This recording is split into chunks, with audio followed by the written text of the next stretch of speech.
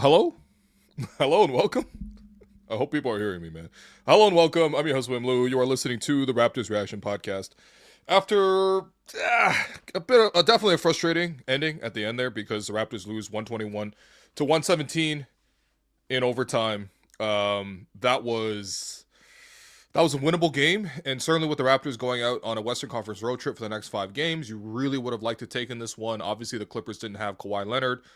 Um, and the Raptors did lead for most of it, although it was kind of a game of runs, especially in the second half. But yeah, winnable game, especially at home, and the Raptors couldn't take it. And I'm sure there are some frustrating feelings. Well, let's address the frustrating feelings first, and then let's actually go through the positives because I actually really liked a lot of what I saw from tonight's game, and I kind of just want to separate the two a little bit. You know what I mean? Because like I do find that like it's a little too negative sometimes. The reactions after losses, and it's a little bit too positive sometimes after wins. Sometimes that's obviously up to me as the presenter, so I'm gonna try to like just present to you both sides because honestly I had a blast watching this game. It's frustrating to watch the Raptors lose at the end there, but it was still a really good game. So first off, Raptors lose because of the fact that their offense completely dries out. I mean, we can talk about the fact that the Raptors could have done something different against James Harden. I'll get to that in a second, but more than anything else, the Raptors, they just needed to find a way to score, and they just couldn't. To be honest, they found it too late because eventually it was just give the ball to Scottie, get out the way, and that worked. Scottie got them several buckets starting from the post, and he was able to be very forceful.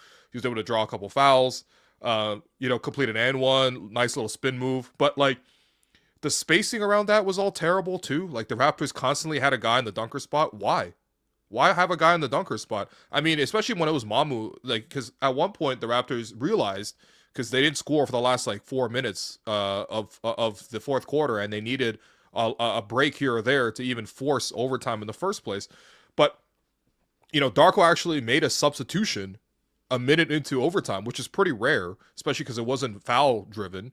It was just to take out CMB and Ochai, who weren't scoring, to put in Mamu and Gradey Dick, who could space the floor.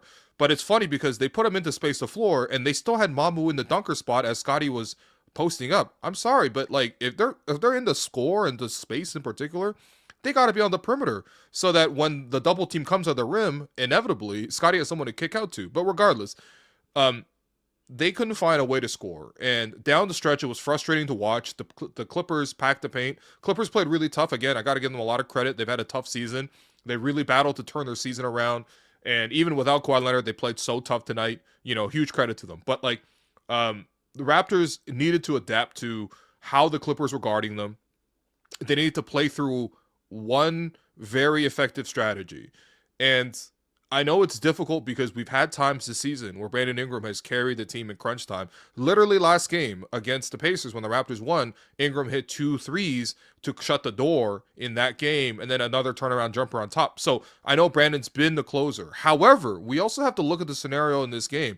Brandon had been really struggling against the physical ball pressure of Kris Dunn and also the physicality of the Clippers' other wings, and he wasn't able to get to his spots comfortably. Sometimes that means he's going to try to force it to get to his spots, and that's where his handle gets exposed. We've seen this pattern with Brandon over the course of his career, but even if you didn't watch him with the Clippers or with the Pelicans or the Lakers, you've definitely seen it throughout the season. When he's matched up against these small physical guys who are able to get under him, especially like a Kris Dunn, who's a very good defender, he's going to have to, be more strategic about how he gets to his spots. He can't force his way to a spot like Scottie can because he's not that strong. And the handle in particular is not that strong. He's got a nice handle on the perimeter when it's one-on-one, but when he's driving in the lane and there's help defenders, guys reaching in, guys are able to jar the ball loose. And quite frankly, he also missed a couple of shots. So you had that, and then you had like a lot of like, okay, Raptors drive, they try to hit the middle, they couldn't get a foul call. The Raptors drive, they kick it out. Usually it's Ochai open for three. Despite Ochai having a decent game in this one, not trying to be ungenerous, but like crunch time when the kick out is to Ochai Agbaji, nobody's shaking. He had several opportunities in this game to tie or even put the Raptors ahead in very important moments, could not do it. Clearly a non-shooter, and the Clippers knew it. And the Raptors offense just completely died. I mean, when you look at the stats at the end of the game, the Raptors didn't score for the last 3 minutes and 35 seconds of regulation. They managed to still force overtime, but they shouldn't have gone to overtime because the Raptors were ahead and they couldn't, just maintain that advantage with one extra bucket. And then even in OT, their offense got so bad that Darko had to then make a substitution, which is again rare in overtime. Usually in overtime, you're closing with the same guys you close with in crunch time. Or if you're going to make a substitution, you're substituting at the start of overtime to change your strategy. But Darko waited until a whole minute in to put in his offensive players, who, by the way, never even touched the ball. Gradey and Mamu never factored in offensively. So that's one thing. And so offensively, they couldn't figure it out. They got it to Scottie a little bit too late. And ultimately, Scottie did deliver a couple of big buckets. But that wasn't enough because on the other end, and this is honestly, for me, more frustrating because sometimes you can't control it. Whatever. I mean, Brandon, say what you will, but he has come up big in a lot of offensive moments. Tonight he didn't. You could be frustrated with him. That's fine. He airballed a 3. He took another 3 to try to tie. He couldn't hit that either. Like, small things like that. I mean, that's not small. Those are big things, and he couldn't make those, okay? But that's whatever. Like, to be honest, am I mad at Brandon Ingram shooting a 3? No, I'm not. I am mad at you are watching the Clippers, who are closing the game with James Harden, Ivica Zubac, and 3 just random, not random, sorry, I'm not trying to be dismissive, but it's Kris Dunn, it's, it's 2 young guys in Jordan Miller, and I think it was Kobe Sanders, I don't even know, but basically 3 non-threats on the perimeter, Zubac in the middle, which is obviously a problem, although they weren't playing through Zubac. It was James Harden dribbling the ball for 20 seconds every single play for the last 5 minutes of the game and the last 5 minutes of overtime. So during that stretch, obviously, James Harden has 16 points, which, single-handedly wins them this game, especially in crunch time. How do you not throw a double team one time at James Harden? You know what they're going to play through. Look, I understand if Kawhi was out there, maybe you're a little reticent to double team James Harden. And I know the Raptors, we're so proud of our ball pressure. We're so proud of what Scottie can do, what CMB can do, what Jamal Shead could do. We even trust Ochai, even though he's not a stopper. And I hate that the Raptors keep using him as a stopper in crunch time because all I saw last season was 2 game winners hit on his head. But whatever, we're going to use Ochai as a stopper too. And I understand this team is about ball pressure. We take pride on this. You got to manage the situation. Just like offensively in crunch time, they didn't manage the situation in terms of breaking how they typically play to go through a strategy that would work, which was playing through Scottie. In crunch time, you just can't let Harden dribble the ball 20 times on a possession. That's ridiculous, man. And yes, eventually the Raptors went to a little bit of switching, whatever. Here's the thing. Switching is cool, man. But the thing is, Harden was beating everybody one-on-one. And I'm okay with double teaming, forcing him to give rid of the ball, trapping, hard blitzing him, making other people make the decisions around him. I will live with losing to Kris Dunn if he makes a bunch of offensive plays. I will live with losing to Jordan Miller if he makes a bunch of couple plays. I will even live with Zubac dominating one-on-one down the post. But I cannot live with just watching Harden dribble 20 times, pick his spots, and then obviously Harden makes some tough shots. I'm not saying the Raptors didn't play good individual defense, but that doesn't matter against the great players. You got to understand that, he is in a comfortable rhythm. He literally cooked the Raptors' best defenders one by one, right? Jamal Shead was on him, cooked him. Scottie Barnes was on him, cooked him. Ochai was on him. These are all the preferred matchups for James Harden from the Raptors side to say defensively, who would you want to put on him? And he literally beat these guys going left, going to the basket, scored a layup.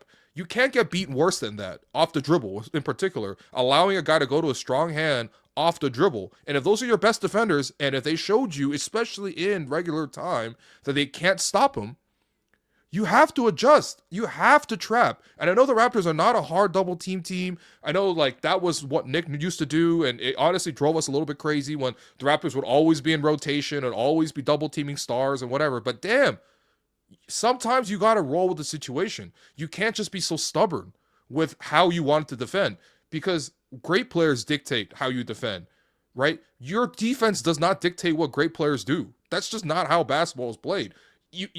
That's and Harden is an all-time great player. This guy just passed Wilt Chamberlain. You know what I mean? And look, I understand if they had all the other threats around him. They didn't. Kawhi wasn't even there. Kawhi was chilling on the sideline in a beanie with a white shirt and blue jeans. And I'm just all right, that's a pity. I really wanted to see Kawhi, but he's not even in the game.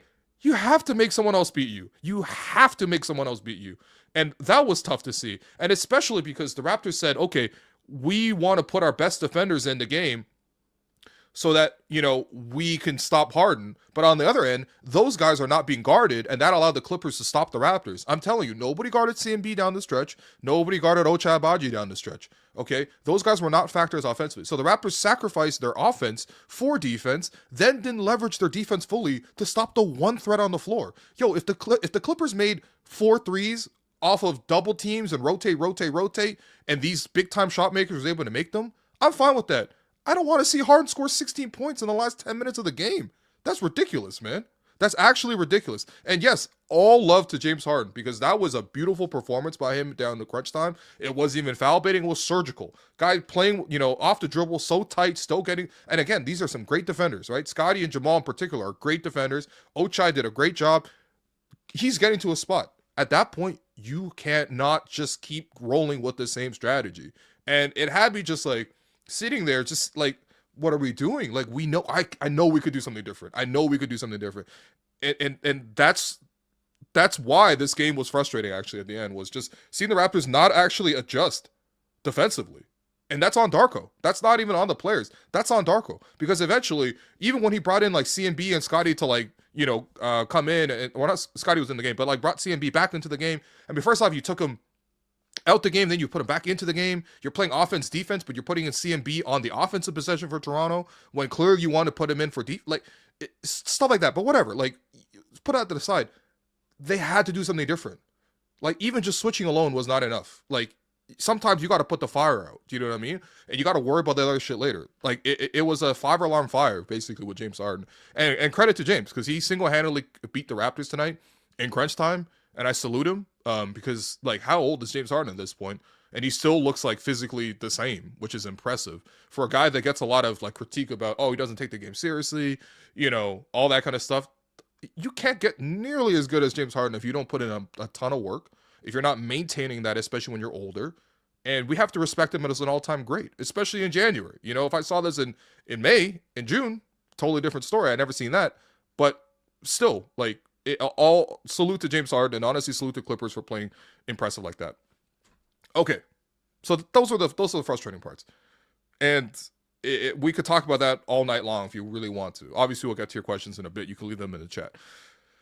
The good things I saw from this game, man, and again, putting all that frustration aside because it's whatever, right? You played a good game, you lost, it happens. Jamal Shead, wow, like that was probably the best game I've seen Jamal Shead play. Obviously, I've seen him play his entire Raptors career. Summer leagues, 2 summer leagues in a row. Fell in love with him after the first summer league game. Like, it was that easy. It was that obvious how much passion and pride he played with. But, like, whatever. You have a bunch of scrappy guards, you know what I mean? Like, scrappy alone isn't going to get you, like, into the good books, isn't it alone to get you into a rotation, isn't alone to get you in a starting position here. And what I saw tonight from Jamal Shead, I mean, I'll give you the numbers first because, that helps to sort of frame the whole thing. So Jamal Shead had 15 points, 13 assists, 4 rebounds, and a steal. Okay. But that isn't really the important part of this game. If you watch Jamal Shead in this game, my big takeaway, and this is not the first time I said this, I'm not the first person to say this either, but I'm watching Jamal Shead and I'm like, that's baby Kyle Lowry out there. That's actually baby Kyle Lowry out there. It was, so this is my baby Kyle Lowry case for how Jamal Shead played today. And maybe, again, this is a lot to put on anybody, right? And it's maybe the highest compliment that you could put on any Raptor ever, is that they played Lowry-esque, okay? So I don't hand it out easily, but on this Raptors team, I've only ever said that about 2 guys, about how Scottie plays at times and about how Jamal has played at times. But this is what I mean by what baby Lowry did tonight, okay? First off, 3 separate shifts where Jamal Shead subbed into the game and changed it completely. First shift was in the first quarter. Here's some Jamal Shead first quarter plays. Hard drive 1 on 2, kick out behind for Brandon Ingram for 3. Feeds Ochai in transition for a layup. By the way, a 3-on-1 fast break. He actually passed the ball. IQ, take some notes because, last time he did that, didn't do that. Stop James Harden 1-on-1 in the post. Very impressive. Harden tried to post him up. Couldn't do it. Had a corner 3. Knocked it down. Raptors this season not shooting threes well, so threes are very important for him. Made a nice little baseline cut, finished. Should have been an and one, finished through contact, but a very strong play, finished. Nearly chased down a block at the rim against the Clippers center. They called a foul, but it was very close, like borderline. Okay, quick drive against the defense, gets fouled, and then hard drive, dished it behind him to Elijah Martin for three. That's just all in the first quarter alone. Okay, so first push started the Raptors off great. Raptors led after the first quarter. It was good stuff. Raptors then get a little sluggish, kind of start trading buckets with the Clippers, but still hold like a 10-point lead going into the second half. However, the Clippers immediately rip a 16-2 run to take the lead in the third quarter, and it's very frustrating. But, give the Clippers a lot of credit. They played tough. How will the Raptors respond? Raptors respond with an 18-4 push to retake the lead in the third quarter, and then enter the fourth quarter with the lead. During that stretch, Jamal Shead takes the first of 2 offensive fouls. Jamal Shead runs hard in transition, gets everyone sucked into the paint, and then kicks it out to Gradey behind him for 3. Huge momentum play. Jamal Shead bumps to jar the ball loose against the defender. They didn't give him a steal for this one, but he created a loose ball. He walled up, used his chest, stripped the ball. Gradey dives on the floor, wins it. Huge play by Gradey as well. And then Gradey, as he's getting up, does an underhand scoop from his knees to throw the ball ahead to Ochai, who gets fouled in transition. So there's no assist on the play, but pass of the game was Gradey did for that play. And then, Jamal, setting up a bunch of pick and rolls in that stretch. And then, of course, the third shift that Jamal comes in and makes a huge play was in the fourth quarter. Raptors start with him on the bench, but bring him back in to close. He immediately, like literally as soon as he comes in the game, it was on a jump ball. Raptors tap it, and it's slightly, like, I think the Clippers might have tapped it because it was going back towards the Clippers net, but Jamal somehow wins the loose ball, goes ahead in transition, gets fouled, right? He got in transition, he missed the layup, but Gradey was there to follow up on their dunk. But if it wasn't for Jamal's hustle to win the loose ball, there's no putback opportunity, right? Like, literally as soon as he came in the game, he made an energetic start. Then pick and roll to CMB for a dunk. Then probably not even the best play of the game for Jamal because he had several, but still a great play. The Clippers get the ball on the rebound, and James Harden has it. He throws it ahead because he sees Ivica Zubac has a duck in, where he's posting up against Ochai Agbaji. And honestly, Ochai has no chance against Zubac. Like, no matter what. Like, he's catching the ball in the paint. He's about to turn around and throw one of his signature hooks, right? Jamal Shead's not even on the play, but he's running backwards, facing the ball, jumps backwards, somehow wins the tip with Zubac. Like, they're jumping to the same height. You understand that Zubac is 7'1", and Jamal is 6'1", and Jamal is running backwards as he's doing this. They had to review it to challenge, and ultimately they saw that Zubac won the tap out or touched the last, but that's an unbelievable play, especially for a small guard. He wins an offensive foul against James Harden, and then he runs a pick and roll with CMB, feeds him with a tiny little gap, and allows CMB to finish with an and one.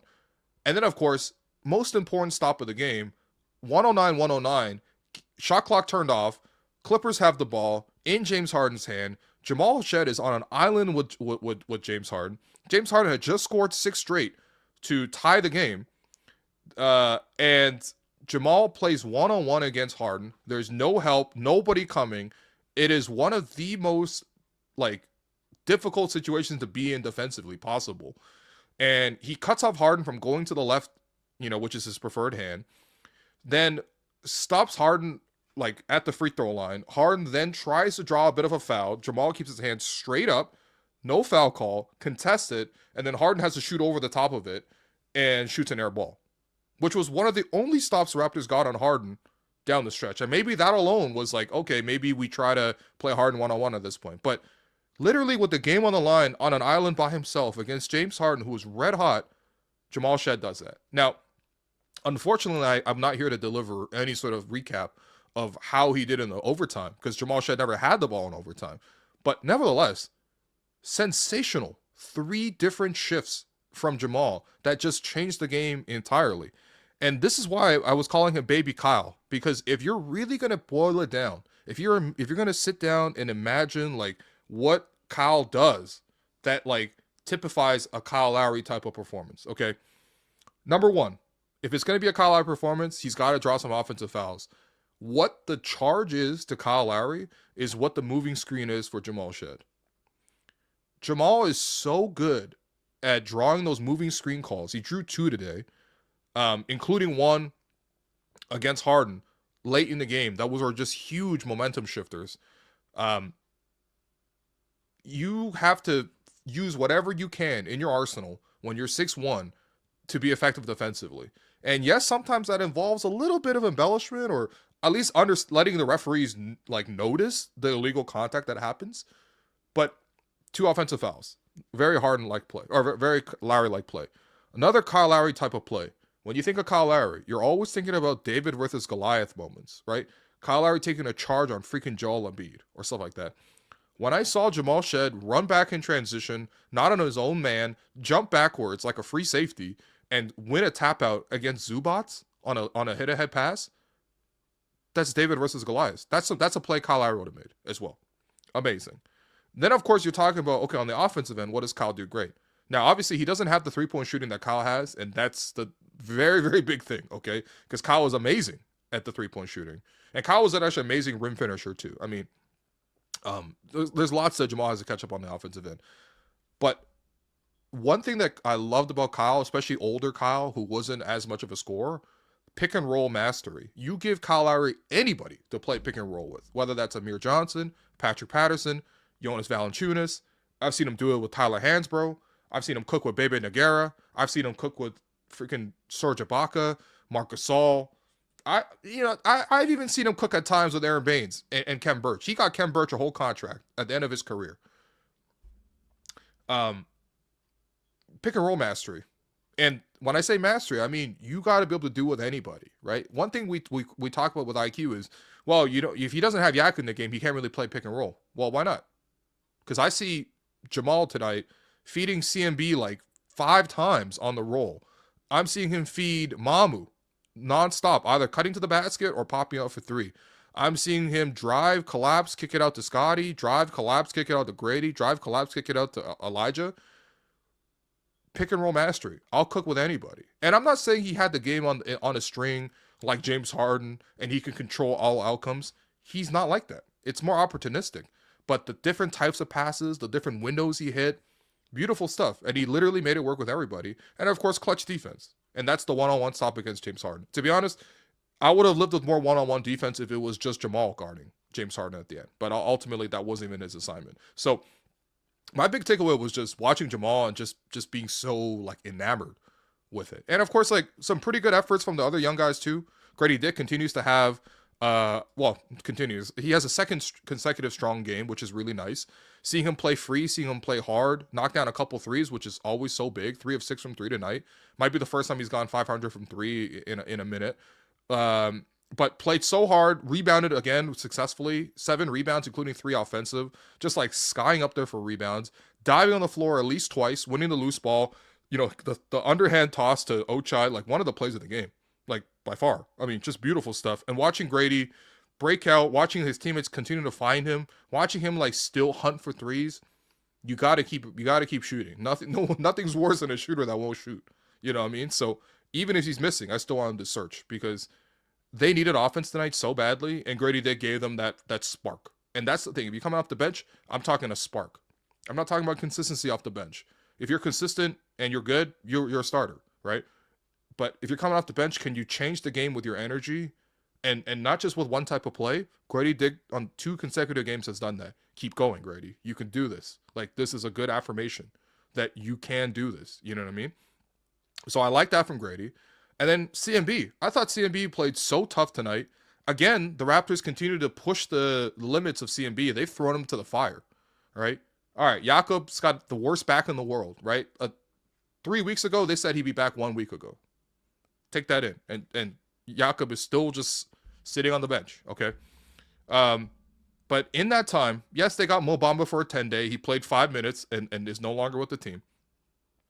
They have just said, CMB, you got to go there and guard the biggest centers in the league. It's harder to list bigger centers than Jonas Valanciunas, who he had to guard, then Steven Adams, who he's had to guard this season, Nikola Jokic, who he had to guard in preseason, but that's literally his first plays were guarding Jokic, Joel Embiid, who we just saw in Philadelphia come to Toronto, and then this game, he has to guard Ivica Zubac. Like, that's actually a who's who of the biggest centers in the league. Am I missing? Oh, Victor. He also had to guard Victor. Victor's big in a different way. Victor's big vertically. I'm talking about big and wide, like X and Y axis, both big, right? These are like the biggest centers in the league, heaviest centers in the league. They're throwing CMB on there. Obviously, he's going to struggle at times, right? There's a lot of times where he's passing on the layups or he's not finishing well. He missed a couple finishes to start this game. And obviously, late in the game, he not was overwhelmed defensively, but there were moments where obviously Harden got around him, whatever. Like he got a goaltend, whatever, it happens. Like it was a goaltend by like a small fraction, right? By the way, I really like the reviews now when they show you the flight trajectory of the ball, like because the goaltend is defined as after it's hit its apex. If it's on its way down at any point, it's a goaltend, right? If you touch the ball, like watching the trajectory where I guess this is the first time I've seen it, but they call it a goaltend with like under 2 minutes so they can actually review. If you don't call goaltend, they can't review anything. So I'm actually happy they called goaltend so that they could review. And then on the review, they actually show you the trajectory of the ball going in this parabolic fashion, and you could see that it was over by like a tiny bit, basically like VAR, but it's pretty definitive, right? I was like, okay, I'll accept that. But he has to go out there and fight these like literal behemoths. Like it literally doesn't get bigger than this in the NBA. And look, I'm not saying that CMB played like out of his mind and we gotta celebrate this thing to no end, but he played, for the context, amazing. 11 points, 3 assists, 2 blocks. There were stretches where he was guarding his man, helping, and then going back and blocking his man. That happened in the second quarter. He had stretches where he was rolling under the basket, drew a double team, whipped it along the baseline, all the wherewithal to find a shooter, feeds him right in this pocket. Ochai hits a corner three. Then going the other way, somebody gets to the basket. Like, CMB, like, teleports up into the air. Like, he jumps so quickly for a guy so heavy. It's very impressive. Very light on his feet. Jumps off, blocks the shot, literally swats it out of bounds, like one of those old Dwight Howard blocks, which, very impressive. Got the crowd going. And then after helping again, forcing a pass out of bounds, the Raptors go the other way. They feed him down low because Brandon Ingram drew a double team. Ingram fed Jamal on a cut. Jamal made an extra pass to CMB. And CMB, with the bad angle initially, takes one dribble as he's sidestepping to create a little tiny gap just for enough separation so he can use his left hook. Like, small things like that. He played so tough and so great today, man. And it's not really fair to him to really have to play like this at a small ball center position. I think long term, yes, you can use him at spurts in these moments. In crunch time, I like to see him in these moments, but over the course of a season, I think it'll really wear down on a young guy. He's tough. He's a rookie, so they're basically doing to him what they did to Scottie as a rookie. But like, I feel like we're about to repeat the same mistake because it took a while for the Raptors to get, Jakob in to fill in at center, so Scottie didn't have to play center no more. And now if Jakob's out, they're kind of repeating the same thing with CMB. You know what I mean? They're saying you can kind of do it and you could do it well, and it's weird, but it's kind of working. But it's a temporary. It's like putting a filling over a cavity. You got to root that thing out. Do you know what I mean? So I feel like with the Raptors are getting away with it, but I credit CMB for doing the hard work. Tough game for Brandon. Again, they trapped him like crazy. Brandon has to be better with the ball. 5 turnovers tonight is not acceptable. And it's something that's like a consistent theme with him, right? He has to be stronger with the ball. Honestly, if they're doubling, you got to pass out of it earlier too. I know he's got to trust his teammates. He really likes to absorb the double and then make the pass, which is fine. Like, if you can absorb all the pressure and then release it so your teammates have an easier time, that's good. But it can't be you got double teamed all game and you have 5 turnovers to 2 assists. That's not even possible. Like, they have to move the ball better out of those. There has to be a better level of trust from Brandon, because you look at the last game, right? Like, I was celebrating. I was like, oh, Brandon had 30 points and the Pacers played a 1-on-1. Guess what? The Clippers watched that film and they're like, yeah, we're going to trap Brandon Ingram, especially because you don't have RJ and IQ. So you're missing a bunch of your scoring. So we know that we can trap these guys. Smart coaching by Ty Lue, obviously. But like, yeah, Brandon needs to play better. Obviously, in crunch time, he forced it a little bit. Wasn't even that inefficient overall, like 19 points, 7 of 13 shooting, 2 of 4 from 3. Not bad. like at all. Made all 3 of his free throws, but of course he did miss the 2 most important threes. Whatever. But just, ultimately, if you're gonna draw the double, you gotta play out of that double, and they gotta go quicker with it. Sometimes I know the Raptors, like Brandon feels like he wants to hold the ball and then throw the pass for the assist. But a lot of the times when you're drawing the double team, you don't need to make the assist. You can draw the double team, find the free man, and let the free man make the extra pass. Do you know what I mean? Like, and again, you can hold it even longer if you're like Luka or LeBron. Those guys never turn the ball over in this kind of scenario, or they really absorb a lot of pressure. But he just didn't do that, right? He held on to it long, and then he got pressured, and he lost the ball. Honestly, Ochai played decent in his minutes too. Sandro started slow, but it came on strong. Defensively, just not there. Like, honestly, like, guys didn't really play bad. The Clippers, again, they've been hot. Like, I know Kawhi's not there, so you're like, okay, this is a missed opportunity. I don't agree with that. I mean, yes, Kawhi being there would have helped because he's playing MVP levels a lot. I'm not saying that doesn't matter, but you got to give the credit to how the opponent played. The opponent played really well, and tonight they played better. Harden definitely came on stronger, and that's the missing piece that we didn't have. I hope from the takeaway from this game is just that we got to adapt to the situation, right?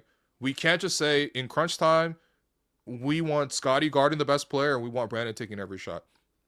That's not going to work every time because the Clippers said, we're not going to let Brandon shoot and we're going to take him out of rhythm all night so that by the end of the game, he couldn't make the shots. And then, of course, on the defensive end, we're just going to go through Harden and the Raptors didn't adjust enough. Like, you have to adapt to the situation. You have to coach the situation. Because this game doesn't matter as much. It's a regular season game. Whatever. It's a game in January.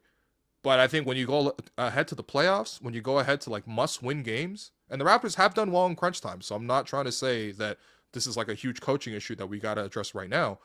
But I'm saying that tonight, I was disappointed with the decisions of the coaches. And especially on the defensive end. You have to double Harden. That's it. So, okay, I know I spoke a lot longer than usual, but I actually really like this game. I watched it with a lot of intent and focus. We're going to take a quick break. We're going to hear from one of our sponsors, and then we want to hear from you guys in the chat. Send your questions in. This segment is brought to you by Table Fare and Social. Get your pregame bites and after-work drinks at Table.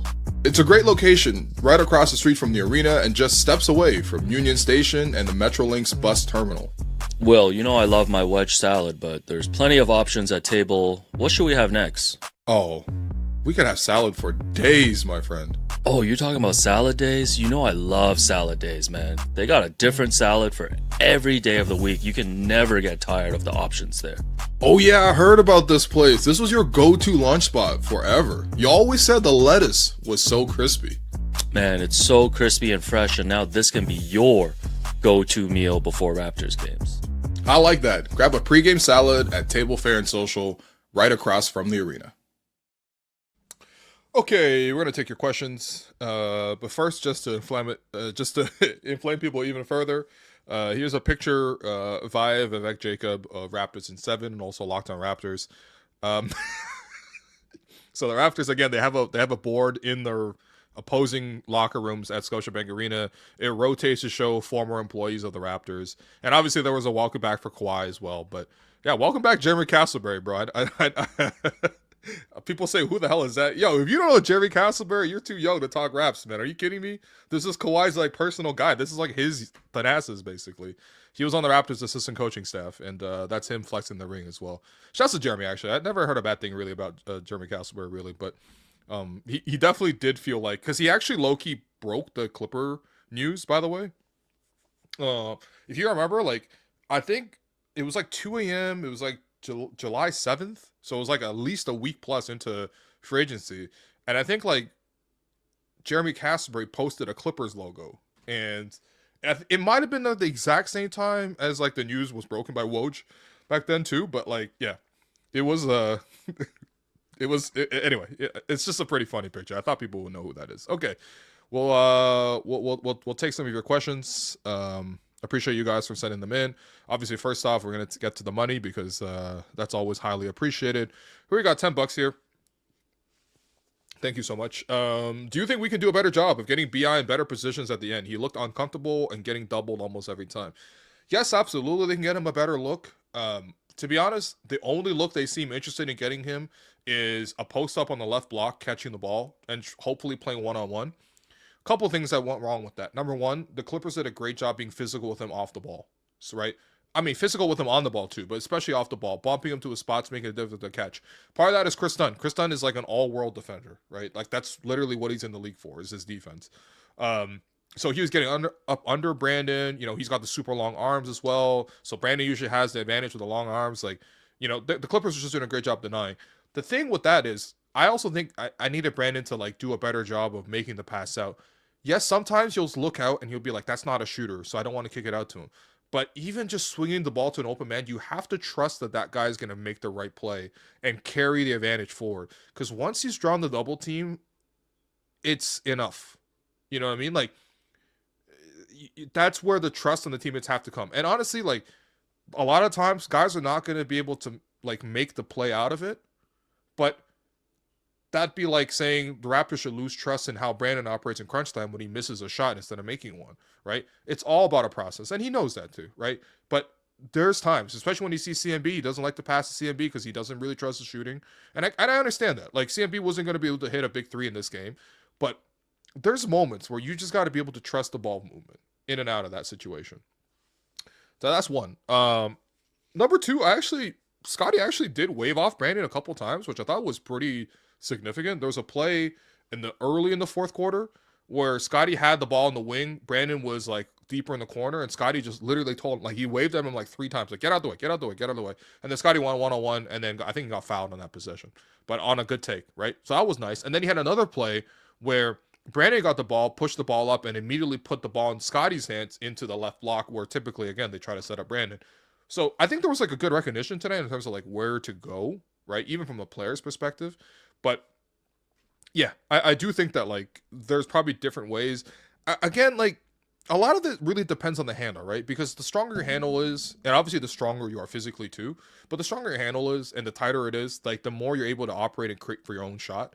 And I do feel like there's certain games where Brandon's just not able to like shake his guy enough to get to the spots he wants to get to. Once he gets to a spot, he's pretty automatic, you know, and you know, we know where that is, obviously around the elbows and turnaround jumpers. He's so good at those. But it takes actual work to get to that spot, and it felt like the Clippers, I mean, again, I'll give him a lot of credit, they really denied him from getting to those spots. And then of course he had 2 open looks for 3 and he just couldn't make them.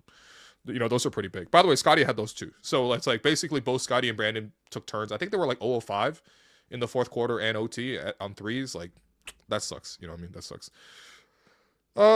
Someone else is in $2. Appreciate you. Thank you. Ochai took the last 2 field goals of regulation and the first one in overtime. Yeah, I mean, this is partially why Darko subbed them out, was because they needed to sort of play more offensively. And again, like, you should recognize that after you've seen your team go scoreless for like 12 straight possessions, but you know, whatever. And the ball ended up in Ochai's hands. It sucks because Ochai actually had another decent game. Like, I thought he was like good in Indiana as well. And he was good in this one too, in terms of knocking down the threes and making a play in transition and, you know, being athletic, like all those things that you would expect Ochai to do as a 3-and-D guy. But in crunch time, I don't want to live and die with Ochai threes, especially in a season where he's been struggling. Again, he missed them in crunch time tonight, and he made them in other moments. So I'm not trying to be petty and unappreciative, but those are the breaks. And again, all things being equal, I'm not trying to see Ochai or Baji open for 3. And honestly, that's what the defense wants. Like, when Ochai shoots an open 3, the defense is won, regardless of whether or not he makes it. You know what I mean? So, yeah, it's tough. What else do we have, man? Yes, streets are a little bit mad at Brandon. I understand. I think people are like, you know, definitely in their feelings right now, which happens. Like, after losses, after you blow a lead in the fourth quarter and you lose in overtime, like that's always going to lead to bad feelings. But we have I would say a pretty like salty comment here. I would say when BI is average as a shooter, he doesn't do much else. I don't think that that's true. I actually think that there was like a couple plays tonight where I saw BI using his physicality around the basket, especially to start the game. You know, and I think I noted it because he's obviously typically not that physical of a guy, but he blocked Harden 1-on-1. And then they got out on a run out, and then he finished a layup that made it 11-4. The Clippers called timeout, but blocking Harden on the island was pretty impressive. He rotated on the help side, got a key defensive rebound, like just skied to get that thing. Help rotation against Zubats in the post. Obviously, they didn't have a natural matchup for Zubats tonight, size wise, so they doubled the post a lot. He did a good job of that, forced Zubac to kick out and reset the play. And then he had like a strong drive off a timeout, took a baseline, tried to finish reverse, through the contact, got the foul call. Like there were a lot of like physical plays. I mean, he tied up Zubac late in the game too. Again, that requires some physicality. It's not like exceptional. Like this is like stuff that CMB and Scottie would do all the time. But I am tracking the idea of like, okay, as Brandon continues on throughout the season, is he getting more and more comfortable with his body and obviously his injuries that he's able to sort of give you more of himself physically? And I thought tonight he actually gave you a couple of those moments. To be honest, like, yes, the missing the shots in crunch time is frustrating and it stands out. But I think for me, the biggest thing was just the playmaking. Like, I think, again, like, not to repeat myself over and over again, but I do think that there's an opportunity for a pass earlier out of double teams and trust the playmaking of his teammates rather than just looking to make the game-winning assist. You know what I mean? So, we got another $2 sent in. Gradey and Shead hustle plays, more of them, please. Yeah, those guys, they played great. They played amazing. Like, especially considering what you expect from him, respectively. Like, Jamal Shead having a 4 of 11 shooting night, 2 of 6 from the field, 5 of 6 on the foul line, 4 rebounds, 13 assists for 15 points. Like, that is like a very late Kyle Lowry-esque performance, okay? And that was huge. And then Gradey was just like diving all over the floor. I don't know, like I think for Gradey, he's done a lot of the secondary things this year, and he's done them better. Like, he's gotten better as a defender. He's gotten more disruptive as a defender, which I think is really important. Yes, it's good to be able to keep guys in front, which is the most important thing, but it's also like really important to like tap the ball out, get a deflection, steal the ball, block the shot. Like, he's done a lot more of that this year. He's definitely playing harder than I remember. I'm not saying he didn't play hard before, but like he's like sacrificing his body. I'm surprised Gradey hasn't picked up an injury this year. Knock on wood. I don't want to see that happen, but it's like he's sacrificing his body a lot, which obviously leads to bumps and bruises. He's just not making threes. So like today he made the threes, and I'm really happy with how he played. He's also like he's like surprisingly like their best transition finisher, it feels like. He threw a lob to Brandon as well. Like, he had a play where he was in transition. He threw an underhand lob to Brandon Ingram. I was like, damn, no one's throwing Brandon Ingram lobs like that. So, yeah, I mean, Grady's been good, man. Grady's been nice. Yeah, well, related comments here. Just brutal coaching and decision making down the stretch, coupled with Ochai shouldn't have been on the floor and cost us the game. I wouldn't say that Ochai cost him the game, but I do agree with the idea that, like, I'm sure if Darko had another way to do it, like, I think he probably would have trapped Harden and forced someone else to beat you. Again, like, that doesn't guarantee that you win, but like, they started this game trapping Harden, so it's weird that they sagged off late when they had Harden decently contained through because a lot of the Raptors struggles tonight was actually against the Clippers second unit. Like, a lot of their young guys were able to play a little bit more physical, and honestly, they made some tougher shots too. So, I was surprised by that, but like, they had a decent handle on Harden, and then late in the game they let him play 1-on-1. Big mistake.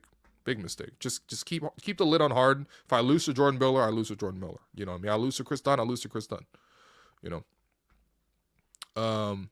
Team hasn't learned how to close out yet. I mean, yes and no. I think it's an active learning process, right? There's small things. Like tonight, obviously, I think that they have a lot of regrets, and they should take a lot of lessons from this.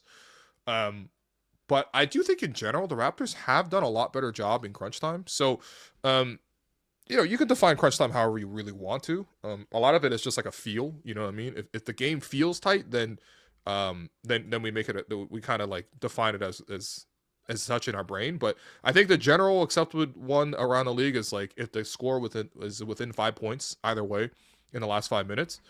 Raptors clutch performances this year in terms of just wins and losses. So the Raptors actually they're tied with Orlando for the second most wins in crunch time with 15. Detroit has the most with 17. They're 15-7 in crunch time so far. I think that includes tonight. Obviously, last game there was also crunch time scenario. So Last 2 games they've been in it. By the way, crunch time performance does not mean that you're the best team, okay? Because the best teams like OKC, for example, how many crunch time wins does OKC have? OKC is 10th, but they're 12-4 in that stretch. That's because OKC's like it's a blowout usually for them at the end, right? So generally speaking, the Raptors actually been a pretty good crunch time team, right? This is the first time they lost in overtime. Oh no, that's not true. The second time they lost in overtime. No, third. They definitely lost to the Hornets in overtime, regardless about the overtime thing. They're 15-7 in crunch time scenarios. This is how it compares to last year, okay? And I know last year, like, the Raptors were tanking and whatever. But this was one of the big things. I don't know if you guys remember, but when I was previewing the season, like, one of the big points for me was how are the Raptors going to improve in crunch time, okay? Raptors last season in crunch time, by win percentage, were second worst in the league, 10-22. Only team worse than them last year in crunch time scenarios was Miami at 8-25. And Miami had an all-time miserable season last year. So literally the 29th team in crunch time scenarios last year. They lost so many leads and they lost so many opportunities to win at the end.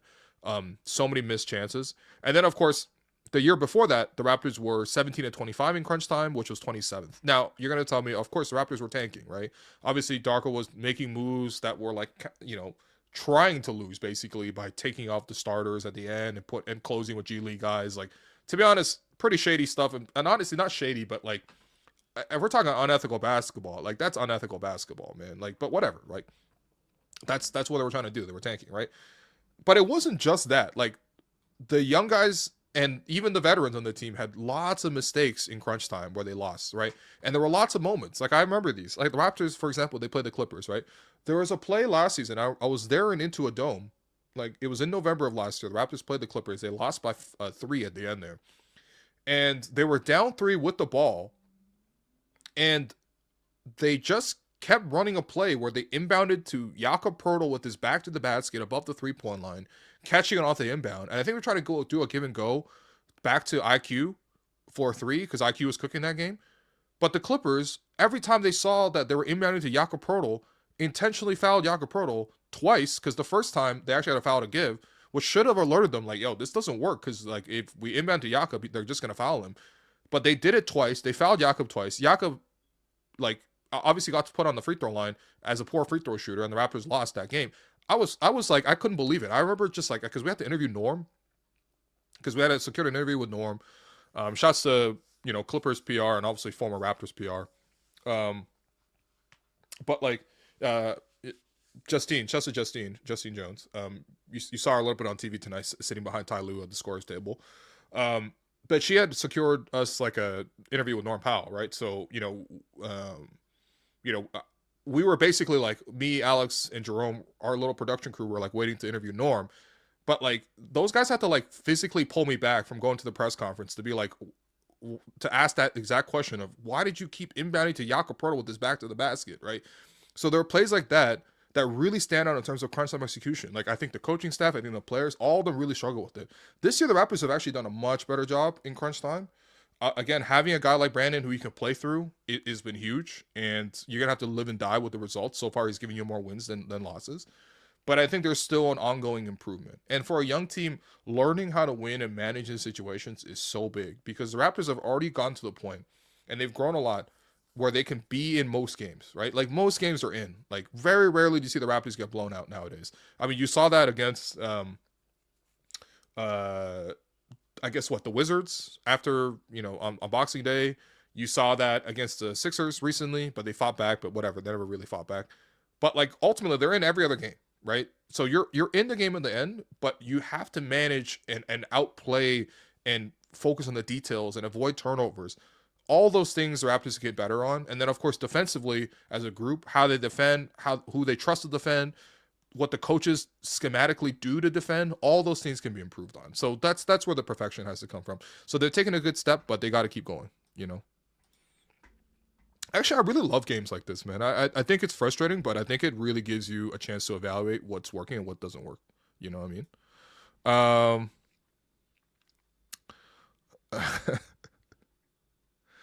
Okay, we got another question here. What do you see in this team that warrants a trade for a star player, i.e. Davis or Morant? I don't get it. They're at least 1 or 2 years away. There was another report this was from ESPN today. I think it was written by Tim Bontemps. After 3 straight missed postseasons and the new governor Edward Rogers ready to take full control of the franchise later this year, there's a sense of urgency in Toronto. End quote.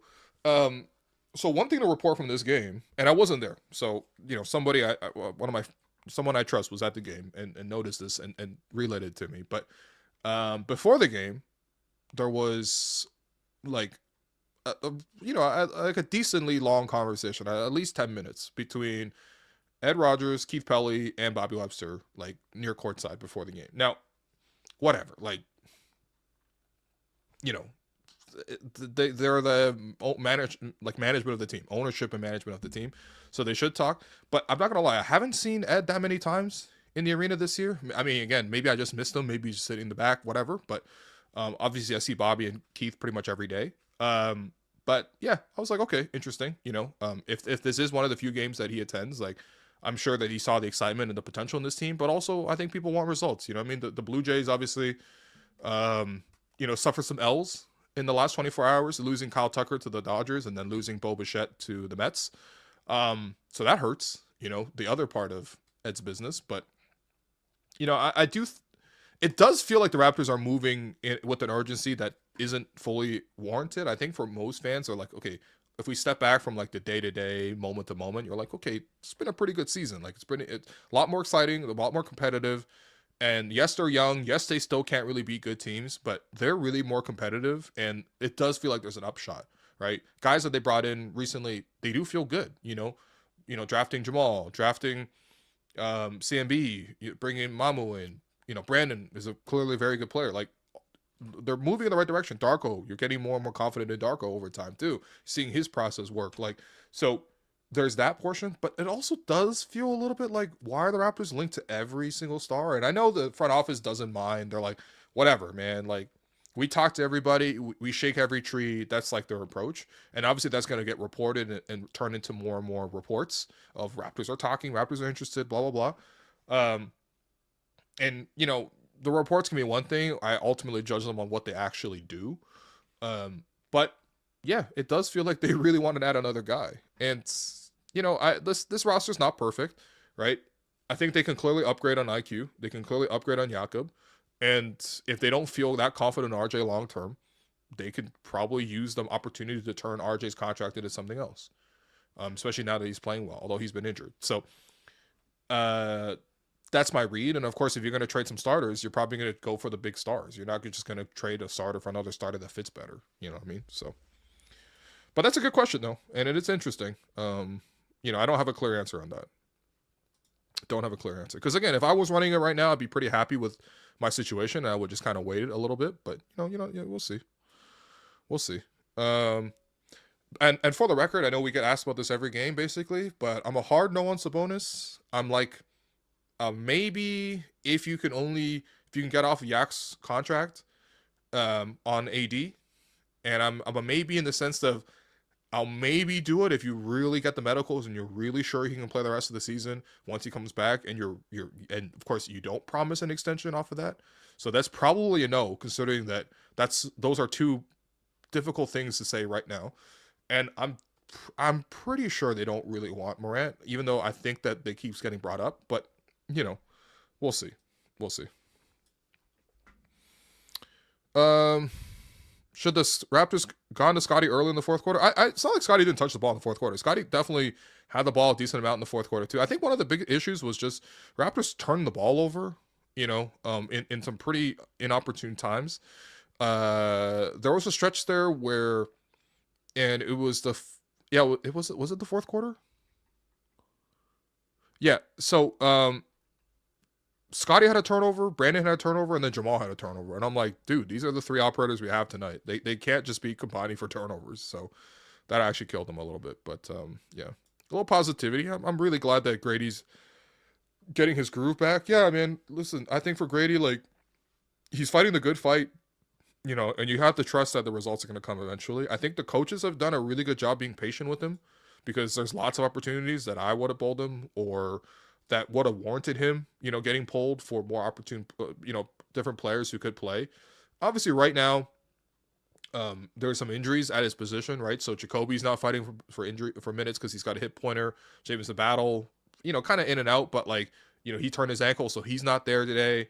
RJ's out, so like obviously Grady's getting more of a chance to come in and play, and obviously with more minutes he can feel more free. And this is typically been the pattern with Gradey, is that when he has it in his mind, okay, I got minutes, I got a bit of a runway, I can go out there and make a couple plays.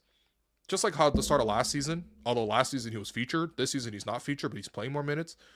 Like, when he plays more minutes, I feel like he does play better. However, that doesn't mean that he shouldn't be able to play better in a small role too. But I think this is a more comfortable sort of spot for Gradey to be in, and I'm happy to see him, just take advantage of the opportunity. I'm a little surprised they haven't started him, to be honest. They literally start everyone else except him, but we'll see. There is an ongoing infatuation with Ochai, so I don't know. Maybe scouts are in the building again. You never know. Do I think Shead is good enough for the Rising Stars game as a sophomore? You know what? I think, like, in terms of his effectiveness, yes, but his numbers are just very modest. And I think it's kind of the same thing for CMB, although I think CMB has a pretty strong chance. If I had to say, I think Jamal probably has like maybe a 33, like a 1 in 3 chance of making the Rising Stars.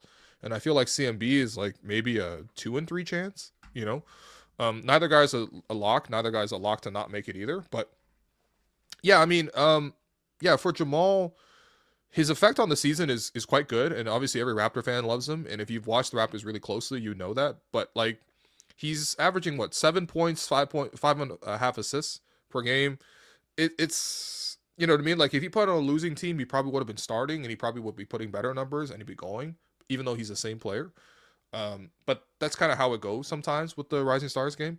And then I think for CMB too, like CMB 7.6 points, 5 rebounds, 2 assists, a steal, half a block. Like, CMB probably gets in, just I feel like the bar is a little bit lower than it is for sophomores, because you expect sophomores to be better than rookies. But we'll love to see both of them there. I think they both played big roles for a winning team, which is super rare for young guys. And I hope that people reward winning versus like putting up big numbers in a terrible situation. But we'll see. If I had to pick, though, I think Colin Meribos is more likely to make the Rising Stars. I would love to cover both of them because I think there'll be a lot more Raptors representation at this year's All-Star event than last year's. How do I feel about a Jamal Shead AD pick and roll / pick and pop? Yeah, I mean, I look, if I saw Jamal Shead cook with CMB and Mamu and Scottie and Elijah Martin off pick and rolls, I could definitely see him cooking with AD. You know what I mean? Actually, tonight was one of those games where I'm like, because, I mean, generally speaking, I've been a little bit more skeptical in terms of like just this year based on who he is right now. I don't know if Jamal is like a starting level player for me just yet. It's because there's been a lot of Scottie versus, or not, IQ versus Jamal debates this year. I still feel like you need the scoring punch that IQ gives you, and ideally they kind of merge together with their skill set. But tonight I watched it and I was like, maybe I just gotta learn to trust. You know what I mean? Like, I gotta learn to trust that Jamal's process is so good that he can win it in his own way versus like winning in like the typical conventional way, which is having a guy who can stretch the floor and hit catch and shoot threes. But whatever. I don't know. That was just a thought I had to myself. I like, that's the thing. I try not to be like really stuck in like one position, and I think that leads to stubbornness and leads to like, people just shouting and defending their positions rather than trying to be like open-minded and try to evaluate like what they see in front of them. I like this comment here too. Oh, I'm gonna need a Coors Light tonight, man. Guys, I know we lost tonight. I know this game of basketball can be so stressful, but your choice of beer does not have to be. Coors Light delivers mountain cold refreshment. Watching James Harden cook the Raptors down the stretch, watching the Raptors fail to adjust to that, watching the Raptors brick their shots on the other end, turn the ball over. Man, it was stressful. And that's when I realized, damn it, I forgot to put the Coors Light in the fridge, man. Should have known to do that because I saw this game was a game of runs. And it would have been a nice post-game celebration. It would have been a nice sort of would have been a nice sort of solace to have at this moment here, as the Raptors, sting in the pain of this overtime loss as they head out for a 5-game road trip. By the way, I hope people are staying up late to watch the games with me and watch the React Pods. But yeah, of course, Coors Light is cold lagered, cold filtered, and cold certified for a smoother finish. So when the game heats up, when it goes to OT in particular, why not make the chill choice by grabbing a crisp, refreshing Coors Light? And hey, Darko, make the chill choice. Double team James Harden when he has the ball every time too. But whatever. Find Coors Light near you. Visit CoorsLightShop.ca. Celebrate responsibly. Must be of legal drinking age. Okay. I appreciate the questions. I think we had a pretty good discussion here tonight in terms of a couple different things, a little bit of trade, a little bit of strategy. All that was pretty fun, just in general. But I just appreciate you guys. We're gonna wrap up here and just hand out the 3 stars, and we'll check back in obviously on Sunday when the Raptors go on the road to LA. It'll be pretty late actually. By the time the Rack Pod goes up, it'll technically be Monday. It'll be past midnight. But in any case, 3 stars from tonight's performance. First star is going to Jamal Shead. I mean, again, just Lowry-esque, just like how Johnny Sack says Ruben-esque about Ginny Sack. Okay, the unbreakable love between the Sack marriage. Okay, Jamal Shead, you were Ruben-esque tonight. You were Lowry-esque tonight. 15 points, 13 assists, 4 rebounds. Just so many plays made. And honestly, I'm not trying to add another cook into the kitchen, but it did feel kind of awkward that Jamal ran a great offense throughout the entire game, and then we just never let him have the ball in crunch time. In terms of balance, I wouldn't have minded Jamal a little bit, more, because the Raptors offense was running perfectly fine when Jamal had the ball in his hands. So breaking it down to only ISO ball at the end with Brandon and Scottie, could have used a little bit more Jamal, man. Second star, I'll give it to Scottie, 24 points, 7 rebounds, 6 assists, broke the deadlock, after like 5 minutes of not scoring, had 3 straight buckets. If the Raptors were able to stop Harden on the other end, they probably could have, taken the lead, and who knows where they goes from there. But yeah, Scottie was awesome tonight. I mean, the minus 18 is unfortunate, but pretty much everybody that played at the end of the game got a huge minus. And then your Gerald Henderson, and your third star is going to go to Gradey Dick. Gradey continues to, give a good effort out there. Knocked down the 3s tonight, which was huge. 15 points, 7 assists. I'll take that from Gradey Dick any day, any game. Your Gerald Henderson award for who randomly torched the Raps. That's got to go to, well, actually, I got to give it to Kris Dunn. I was actually thinking of giving it to Jordan Miller because he had 19 points and he was a plus 20, but I'll give it to Kris Dunn because he really kept a tight lid on Brandon Ingram, held him obviously below his averages. His defense was great, but he also had 15 points, 4 rebounds, 4 assists, 4 steals, 4 shooting from the field, 3 of 4 from 3. I mean, a lot of the Clippers is just like, you're willing to leave a lot of them, but that means that if they hit their 3s, and it does break your back a little bit. And Clippers didn't have an exceptional game from 3. 13 to 36 is not great, but that's still better than what the Raptors shot from 3, and that was enough, especially from certain guys like Kris Dunn, who were able to make 3s and beat the Raptors here tonight. So thanks everyone for listening. Please leave a like on the comment. I appreciate all of you guys for sending in money and just giving us your time and your attention. Obviously, W's in the chat for Karem as always for following the chat and featuring your comments. Also to all my Blue Jays fans, my fellow Jays fans out there, okay, stay strong. Okay. It's been a rough 48 hours for Toronto sports, man. I know. We took another L to the Dodgers tonight. I think that's Dodgers won game 8 by signing Kyle Tucker to an absurd contract. Okay. Lockout. Let's make the lockout happen. Okay. And then, yeah, losing Bo as well. I mean, a quick little Jays corner here. But how would you feel if this is the thing. So the Jays obviously chased Kyle Tucker all summer. Obviously a very good player. The negotiation got to the point where like everyone was jumping in. And of course, if you're talking about everyone's jumping in, well, the Dodgers have always been this trump card, okay? Jays have lost how many free agent battles to the Dodgers, right? Obviously, Shohei is the most prominent one, but several other ones as well. Sasaki as well.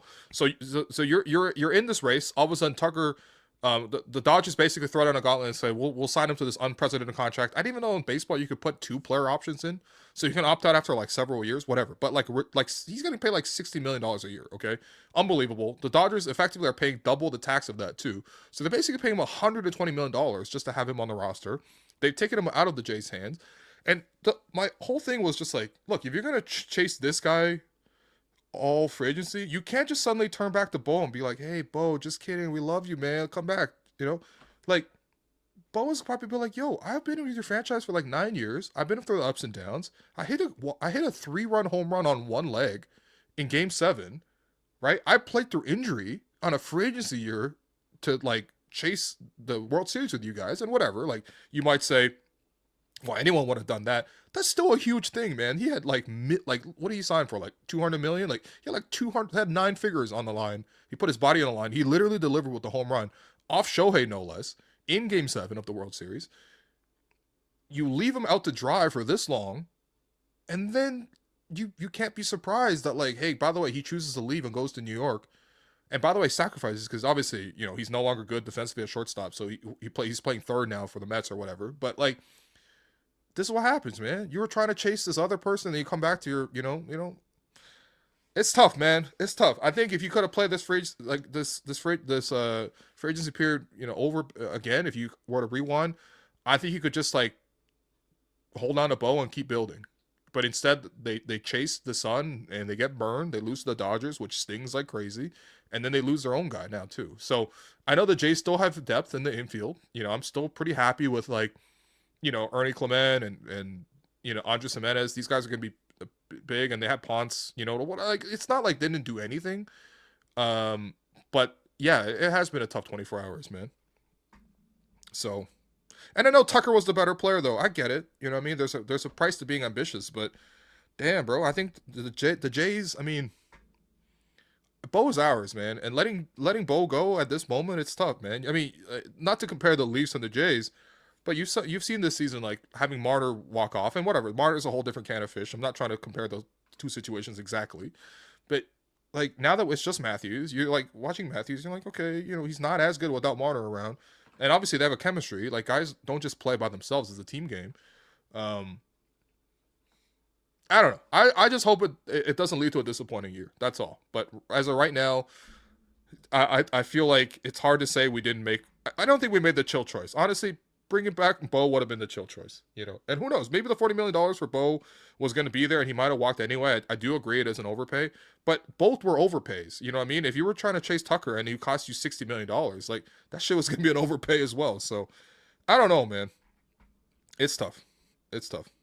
So, anyway, that's a little quick impromptu Jays corner. Again, sorry to all my fellow Jays fans. We down bad, but, we still... we still came second, okay, and that's the position the Jays are pretty comfortable with the Dodgers, unfortunately, and it is what it is. So thanks everyone for listening. I appreciate you guys. Raptors will be going on the road. I'll see you guys all Sunday night. Hope you guys are ready to stay up next week because the Raptors will be playing a couple late games. Hopefully the Raptors get a couple bodies back because it's not fun watching just half the team. And yeah,